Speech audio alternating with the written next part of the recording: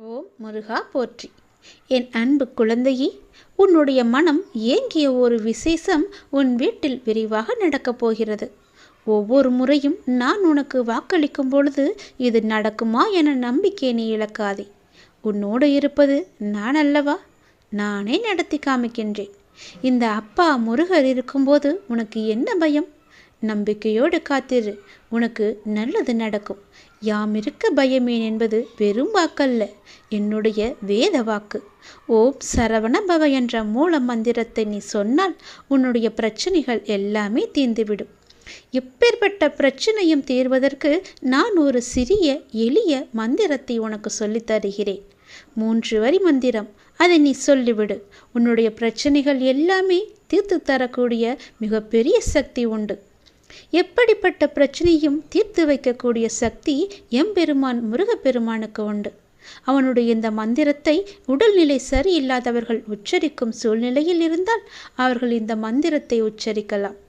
அல்லது அவருடைய உறவினர்களோ தாய் தந்தை யாரோ உடல் நலம் பாதிக்கப்பட்ட அந்த குறிப்பிட்ட நபரின் மீதோ அல்லது தலையின் மீதோ கை வைத்து நான் சொல்லப் போகின்ற இந்த மந்திரத்தை நீங்கள் உச்சரித்து பாருங்கள். தவறு ஒன்றும் கிடையாது. உங்களுக்கான பிணி தீர்க்கும் அந்த மந்திரம் இதோ உங்களுக்காக. ஓம் பாலசுப்ரமணி மகாதேவி புத்திர சுவாமி வர வர ஸ்வாகா என்ற மந்திரத்தை எளிதாகவே நாம் சொல்லலாம். இவ்வளவுதாங்க இந்த மந்திரம். இந்த மந்திரத்தை இத்தனை முறை தான் உச்சரிக்க வேண்டும் என்ற அவசியம் கிடையாது. இந்த கிழமையில், இந்த திதியில், இந்த நட்சத்திரத்தில் என்று அவசியம் கிடையாது. எந்த நொடி வேண்டுமானாலும் சொல்லலாம், எப்போது வேண்டுமானாலும் சொல்லலாம். நோய் வந்தவர்கள் தான் இந்த மந்திரத்தை உச்சரிக்க வேண்டும் என்ற அவசியமும் கிடையாது. யார் வேண்டுமானாலும் எப்போது வேண்டுமானாலும் சொல்லலாம். உங்களுக்கு மனம் குழப்பங்கள் இருந்தாலோ, பண கஷ்டங்கள் இருந்தாலோ, பண தேவைகள் இருந்தாலோ, வேறு ஏதேனும் பிரச்சனைகள் இருந்தால் கூட இந்த மந்திரத்தை நீங்கள் உச்சரித்து கொண்டே வாருங்கள். நிச்சயம் அதற்கான பலனை 2 நாட்களில் உங்களுக்கு தெரிந்துவிடும். உங்களுக்கு அது கிடைத்தும் விடும். தீராத நோயால் அவதிப்பட்டு வருபவர்கள் யாராக இருந்தாலும் இந்த மந்திரத்தை பயன்படுத்தி நிச்சயம் பயனடையலாம். நோய் தீரும் வரை உச்சரித்து வாருங்கள். உங்களுக்கான தீர்வு விரைவில் உங்கள் கண்களுக்கு புலப்படும். நீங்கள் நோயிலிருந்து எளிதாகவே வெளிவந்து விடலாம். முருகனின் நோய் தீர்க்கும் மந்திரம் இது. ஓம் பாலசுப்ரமணிய மகாதேவி புத்ரா சுவாமி வர வர ஸ்வாகா என்ற மந்திரத்தை நீங்கள் தினமும் சொல்லி வாருங்கள். எத்தனை முறை முடியுமோ அத்தனை முறை நீங்கள் சொல்லுங்கள். முடிந்த அளவுக்கு மந்திரத்தை சொல்லுங்கள். முருக மந்திரத்தை தொடர்ந்து ஜபித்து வந்தால் தீராத நோய் கூட தீர்ந்துவிடும். அப்பன் முருகன் இருக்கும்போது எதற்கும் பயப்பட வேண்டிய அவசியமில்லை. நான் சின்ன பிள்ளையாக இருக்கிறேன் என்ற கவலை உனக்கு வேண்டாம். எனக்கு எத்தனை மகிமை இருக்கிறது என்று எல்லோருக்குமே தெரியும்.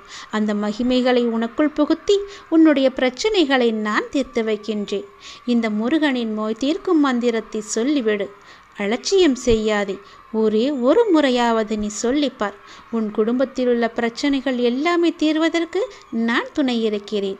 ஓம் பாலசுப்ரமணிய மகாதேவி புத்ரா சுவாமி வர வர ஸ்வாகா என்ற மந்திரத்தை சொல்லிக்கொண்டு வா. உனக்கு எல்லாமே நல்லதாகவே நடக்கும். பொழுதில் யாரையும் நான் பார்க்க வர மாட்டேன்.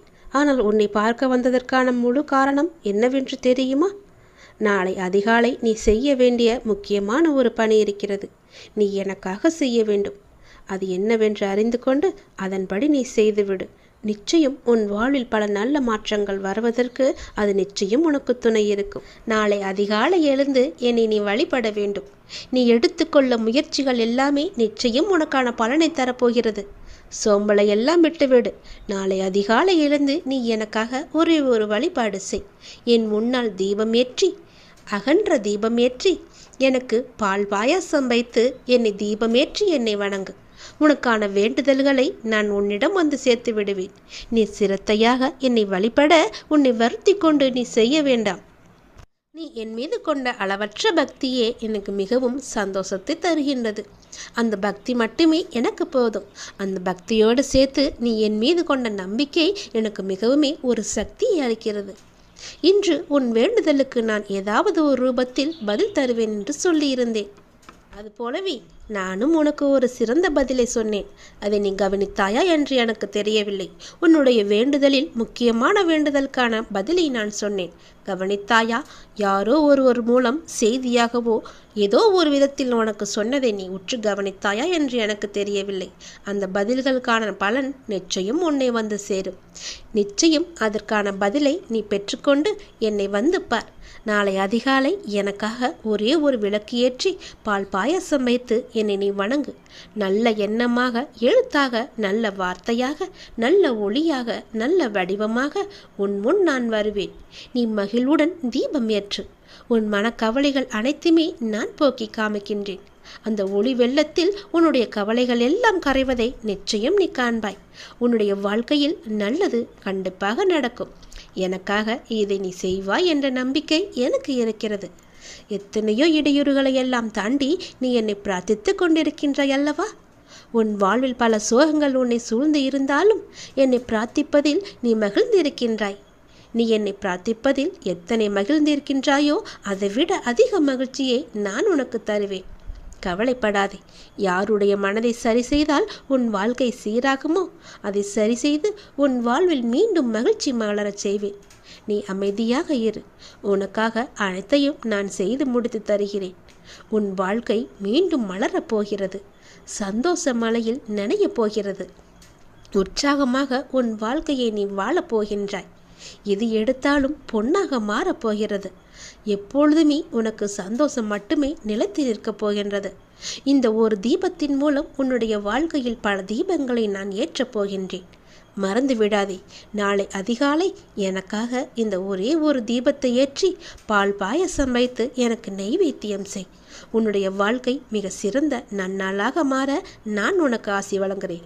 நீ அகண்ட தீபம் ஏற்றியதும் நல்லது நடக்க நான் அதற்கான பிள்ளையார் சுழியை போட்டு விடுகிறேன். நம்பிக்கையோடு செய். நீ எதை கேட்டு என்னிடம் நீ இந்த பிரார்த்தனை செய்கிறாயோ அது வெகு விரைவாகவே உன்னை வந்து சேரும். இது என் மீது சத்தியம். இந்த முருகனின் வாக்கு நிச்சயம் உனக்கு பழிக்கும். ஓம் சரவண பவ. ஓம் முருகா போற்றி. ஓம் சரவண பவ என்ற மந்திரத்தை சொல்லி வா. என்னுடைய லீலைகளை உன் வாழ்வில் நீ காணப்போகின்றாய். இதுவரை நடந்த லீலைகளால் உன் வாழ்வில் எத்தனை எத்தனை மாற்றங்கள் எல்லாம் நிகழ்ந்து வந்தன என்று தெரியுமா உனக்கு? நான் சொல்லவா? அதில் எத்தனை உண்மைகள் இருக்கிறது என்று நீயே எனக்கு சொல். நாளை என்ன நடக்குமோ என்ற பயம் உனக்கு வேண்டாம். நான் உனக்கு துணையாக இருக்கின்றேன். எப்பொழுதும் என் நாமத்தை சொல்லும் உனக்கு எந்த பயமும் இனி இருக்காது. உன்னுடைய நல்ல மனதுக்கு ஒரு நல்ல விஷயம் கண்டிப்பாக நடக்கப் போகின்றது. நீ என் மேல் கொண்ட பக்திக்கும் நம்பிக்கைக்கும் பலனாக உன் வாழ்வில் ஒரு நல்ல விஷயம் நடக்கப் போகின்றது. கடந்த 2 மாதமாக பின்தங்கியிருந்த உன் வாழ்க்கை இப்போது முன்னேற்றம் பெறப்போகின்றது. உன்னுடைய காத்திருப்புக்கும் பொறுமைக்கும் நம்பிக்கைக்கும் கைமேல் உனக்கு பலன் கிடைக்கப் போகின்றது. இன்றிலிருந்து சரியாக எண்ணிக்கொள். இன்றிலிருந்து 48வது நாளில் நல்ல மகிழ்ச்சியான நிகழ்வுகள் எல்லாம் உன் வாழ்வில் நடக்கப் போகின்றன. நேர்மறை எண்ணத்தோடு உன் வாழ்வை நீ நடத்த வேண்டிய நேரம் வந்துவிட்டது. நேர்மறை எண்ணத்தோடு வாழ்வை நடக்க வேண்டிய நிகழ்வுகள் எல்லாம் தானாக நடைபெறும். உன்னுடைய தடைகள் எல்லாம் அகன்றுவிடும். உனக்கு புதிய வழிகள் எல்லாம் பிறக்கும். அந்த வழிகளில் முட்கள் இருந்தால் அதை பற்றி எல்லாம் நீ கவலைப்படாதே. அந்த முட்களை களைய நானே உனக்கு முன்பாக சென்று கொண்டிருப்பேன். நீ செல்லும் பாதை தெளிவாகும். பயப்படாமல் செல். வாழ்க்கையை பற்றி பயப்படாதே. உன் வாழ்க்கையில் இப்படியாகி விடுமோ, அது நடந்து விடுமோ, இது இப்படி நடந்து விடுமோ என்ற பயமெல்லாம் இனி உனக்கு தேவையே இல்லை. வாழ்வில் கஷ்டம், தோல்வி, நெருக்கடி, அவமானம், நம்பிக்கை துரோகம் என அனைத்துமே வாழ்வில் இப்படி சந்தித்து கொண்டு இருக்கின்றேனே. என் வழிகளை பார்த்து கொண்டுதானே இருக்கிறார். என் வழிகளுக்கான ஒரு நல்ல மருந்தை என் அப்பா எனக்கு கொடுக்க மாட்டாரா என்ற உன்னுடைய ஆதங்கம் எனக்கு புரிகின்றது. உன் வழி எப்படி என்பது எனக்கு தெரியும். எவ்வளவு அதிகமானது என்பதும் எனக்கு தெரியும். சூழ்நிலை மோசமாகத்தான் போகிறது. மாறும், நிச்சயம் மாறும். உன் முன்னேற்றம் உனக்கு கிடைத்த மாதிரியே, நினைத்த மாதிரியே இருக்கப் போகின்றது. நீ நினைத்த இடத்திலெல்லாம் அதற்கு எதிர்மாறாகத்தான் நடக்கிறது என்று உன்னுடைய மனக்குமுறல் உன் மனதில் இருக்கிறது. எனக்கு புரிகிறது. இந்த இக்கட்டான சூழ்நிலையை உனக்கு கொடுத்துள்ளேன் என்றால் உன்னை கஷ்டப்படுத்துவதற்கல்ல, சூழ்நிலைகள் வாழ்வில் யாராலும் மாற்றப்படும். எதுவுமே இங்கு நிரந்தரமில்லை. இன்றைய கஷ்டம் நாளை இன்பமாக மாறும். இந்த உலகியல் வாழ்க்கையில் உள்ள அடிப்படையான உண்மையை உனக்கு புரிய வைக்கவே இந்த லீலையை நான் நிகழ்த்தி கொண்டிருக்கின்றேன். இந்த லீலை என்று நீங்கள் சொல்கிறீர்களே, ஆனால் எனக்கு வழி மட்டுமே எனக்கு இருக்கிறது என்பது உன்னுடைய கேள்வி. ஆனால் ஒன்றை நீ கவனித்தாயா? உன்னுள் உனக்கு ஏற்பட்ட மாற்றம் என்ன என்பதை நீ அறிந்தாயா? முதலில் சிறு பிள்ளையாக இருந்தாய். சிறு பிள்ளையாய் கஷ்டம், தோல்வி என்றால் என்ன கூட என்று தெரியாத நிலையில் இருந்தாய். சந்தோஷம்தான் வாழ்க்கையின் முகம் என்று இருந்தாய். ஆனால் பிறகு உன் வாழ்க்கை மெல்ல மெல்ல பக்குவ நிலை வந்தாக வேண்டும் என்ற நிலையில் வாழ்க்கைக்கான அனுபவம் இல்லாமல் நீ இருந்தாய். கஷ்டம் மெல்ல உன் வாழ்க்கைக்குள் வந்தது. முதலில் அதை சமாளிக்க நீ தடுமாறினாய். பிறகு ஒவ்வொரு கஷ்டத்திலும் தோல்வியிலும் நிறைய தவறுகளையும் அனுபவங்களையும் நீ கற்றுக்கொண்டாய். அடுத்தடுத்து கஷ்டம் என அடுத்து வந்தபோது உன் மன வலிமை, நம்பிக்கை, வைராக்கியம், பொறுமை வளர்த்து கொண்டே வந்ததும் வாழ்க்கையில் உண்மை உருவத்தை நீ புரிந்து கொள்ள ஆரம்பித்தாய். பிறகு சூழ்நிலைகளை எல்லாவற்றையுமே நீ சகித்து கொள்ள ஆரம்பித்தாய். சகித்து கொண்டு வாழ்க்கையை ஏற்க பழகினாய். உன் சூழ்நிலை எந்த ஒரு சூழ்நிலை வந்தாலும் மனம் தளராது அதை உனக்கு ஏற்றவாறு நேர்மறையாய் மாற்ற நீ முயற்சிக்க ஆரம்பித்தாய். இப்படி உன்னை சிறு சிறு படிகளாக உன் சின்ன பிள்ளைக்கு நடக்க பழக்க கொடுப்பது போல வாழ்க்கையில் பயணிக்க கற்றுக் கொடுத்து வருகின்றேன் நான். அதை நீ உணர்ந்தாயா? நம்முடைய அப்பா நமக்கு நல்லதுதான் செய்வார், என்ன நடந்தாலும் அவர் நம்முடன் இருப்பார் என மிக பெரிய பொறுப்பை நீ எனக்கு கொடுத்திருக்கின்றாய். அதை நீ மறந்து விட்டாயா? முதல் நாள் என்னை பார்க்க வந்த போதே உன்னுடைய பொறுப்பு எல்லாவற்றையும் தான் நான் உன்னிடமிருந்து வாங்கி கொண்டேனே. அதை நீ மறந்து விட்டாய் என்று நினைக்கின்றேன். அப்படி இருக்கையில் உன்னை எப்படி தனித்து தவிக்க விடுவேன் நான்? உன் கண்ணிற்கு வெகுமதிகள் எப்படி கொடுக்காமல் இருப்பேன் நான்?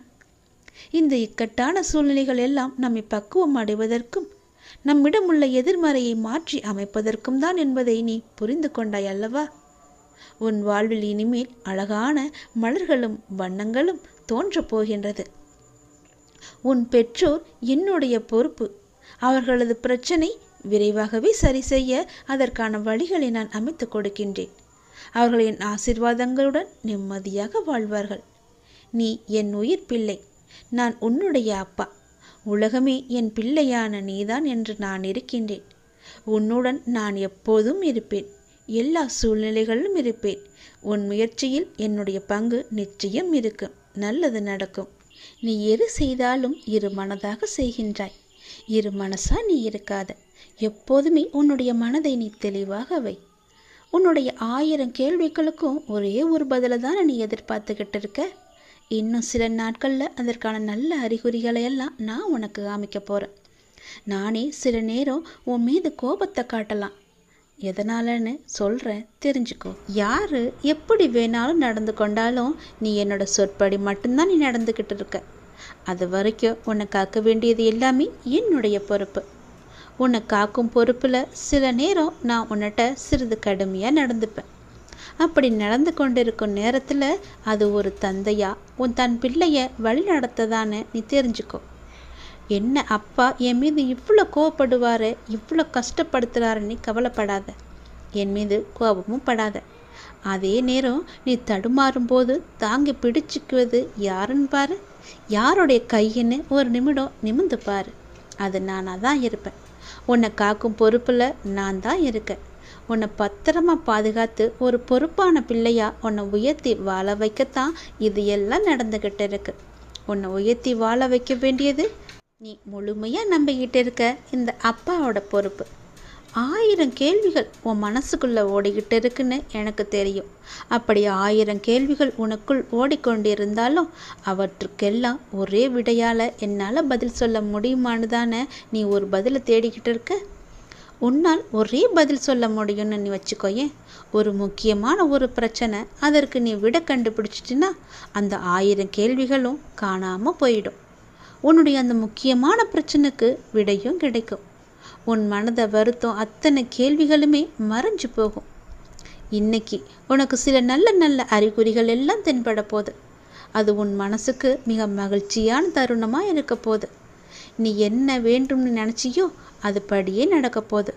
ஒரு நல்ல அறிகுறியை இன்னைக்கு நான் உன் கண் முன்னாடி காமிக்க போகிறேன். அது நிச்சயம் நடக்கும்.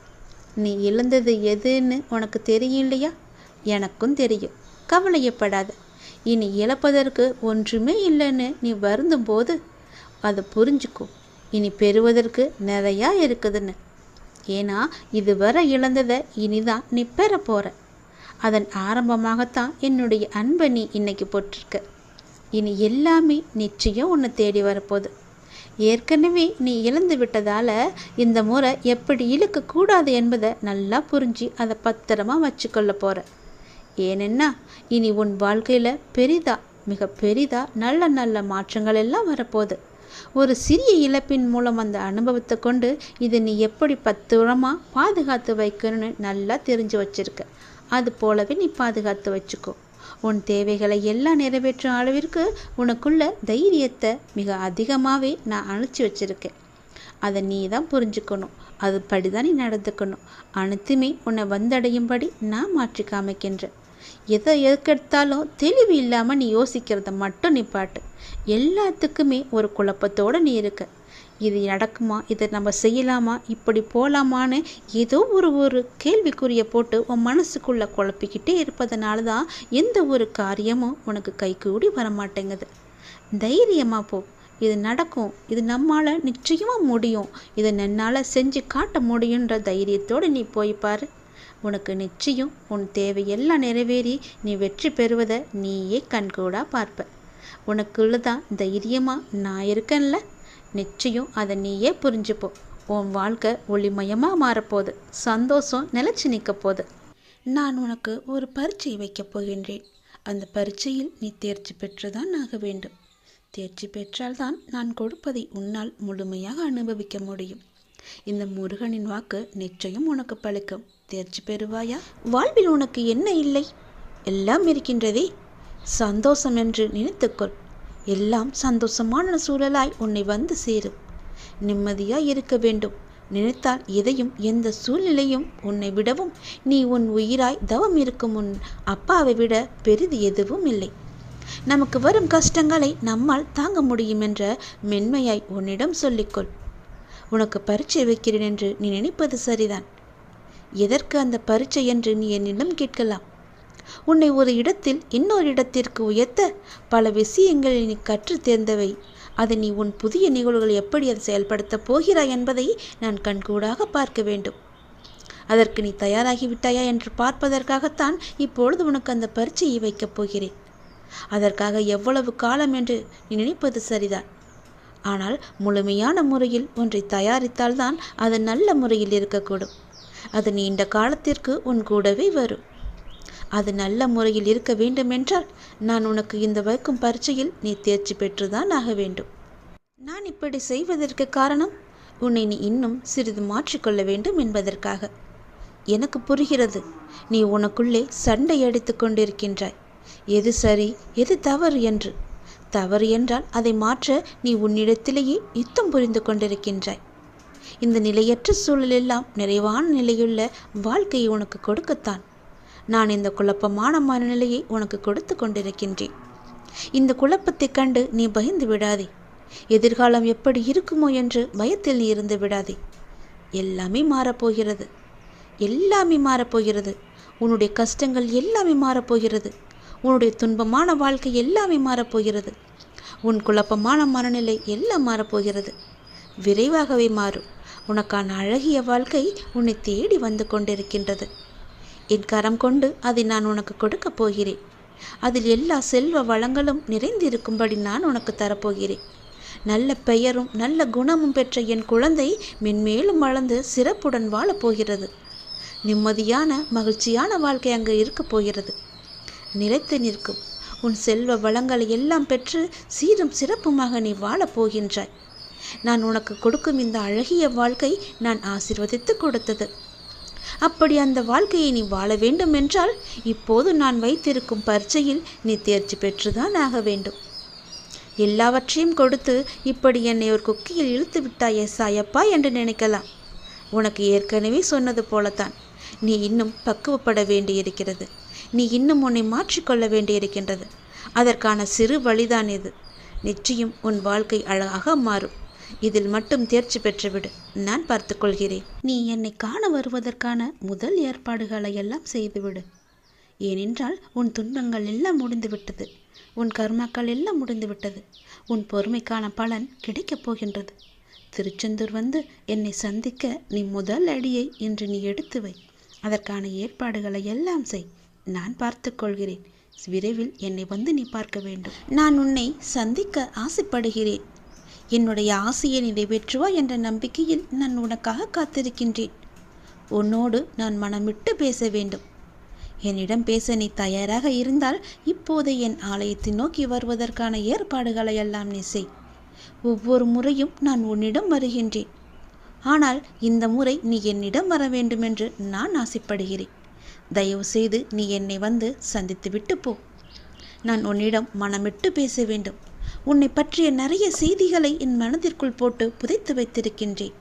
மிக மகிழ்ச்சியான செய்திகளையெல்லாம் உன்னிடம் சொல்வதற்காக காத்து கொண்டிருக்கின்றேன். உன் வாழ்க்கை இதுவரை எப்படி இருந்ததோ இனி அப்படி இருக்காது. உன் வாழ்க்கை இனி நன்றாகவே இருக்கப் போகிறது. ஏற்றம் பெறப்போகிறது. அடிமேல் அடியாயிருந்த துன்பங்கள் எல்லாம் மாறி நீ எடுத்து வைக்கும் ஒவ்வொரு அடியும் மகிழ்ச்சியான ஒன்றிற்கு வழிகாட்டப் போகிறது. ஏனென்றால் இன்னும் உன் வாழ்வில் எல்லாம் நல்லதே நடக்கப் போகின்றது. ஏன் வாழ்கின்றோம், இந்த வாழ்க்கையே வேண்டாம் என்று எதிர்மறை எண்ணங்களோடு நீ முடிவெடுத்து விட்டாய். அந்த வாழ்க்கை புத்தகத்தில் பல சுவாரஸ்யமான பக்கங்களை நான் பின்னால் வைத்திருக்கின்றேன். அதை நீ பார்க்க மறந்து விட்டாய். இன்னும் நீ அந்த பக்கத்தை திருப்பி பார்க்கவே இல்லை. கொஞ்சம் காலம்தான் இருக்கிறது. அதற்குள் நீ பொறுமை இழந்து விட்டால் நான் என்ன செய்வது? பல மகிழ்ச்சியான தருணங்களை அதில் வைத்திருக்கின்றேனே. கொஞ்சம் பொறுமை காத்து கொள்ள மாட்டாயா? இப்போது என் ஆலயத்துக்கு வருவதற்கான முதல் ஏற்பாடுகளை செய். பிறகு எல்லாவற்றையும் கொஞ்சம் கொஞ்சமாக நான் உனக்கு புரிய வைக்கின்றேன். உனக்கு எதை எப்போது தர வேண்டுமென்று நான் ஏற்கனவே தீர்மானித்து விட்டேன். அது நிச்சயம் உன் கைக்கு கிடைக்கும். கிடைக்காமல் போன ஒன்றுக்காக இனி நீ வருந்தாதே. அதை பற்றி நீ சிந்திக்காதே. போனது போகட்டும். இனி வரப்போவதை பார். அந்த வரப்போவது என்ற ஒன்று எப்படி இருக்கப் போகிறது என்று பார். நிச்சயம் பல மடங்கு அதிர்ஷ்டத்துடன் அது உன் கையில் வந்து சேரப்போகின்றது. நீ எதிர்பார்க்கும் நன்மைகள் எல்லாமே ஒவ்வொன்றாக நடக்கப் போகின்றது. அதில் பல துன்பங்கள் சில முடிந்து விட்டது. எந்த துன்பத்திலும் நீ என் மீது கோபமோ வருத்தமோ கொள்ளாமல் வாழ்வை புரிந்து பொறுமை காத்தாயல்லவா? அதற்கான பலன் நிச்சயம் உனக்கு கிடைக்கப் போகின்றது. உனக்கு வரும் எதிர்மறை சிந்தனைகளுக்கு நீ இடம் கொடுத்து விடாதே. அதை மட்டும் இப்போது நீ செய்தால் போதும். உனக்கான புதிய சூழல் ஆரம்பமாக போகின்றது. பல நன்மைகள் உனக்கு நடக்கப் போகின்றது. உன் வாழ்வில் இனி எல்லாமே நல்லதாகவே நடக்கப் போகின்றது. அதற்கான முதல் அச்சாணியாக நீ என்னை நோக்கி வர வேண்டும். என்னிடம் வந்து நீ பேசு. அதற்கு முன்பாக நான் உன்னிடம் பலவற்றை கூற வேண்டும். நான் சொல்வதை கொஞ்சம் காது கொடுத்து கேட்டுவிட்டு போ. உன் வாழ்வில் பல இன்னல்கள் மறைந்து துன்பங்கள் மறைந்து சந்தோஷம் இருக்கும்.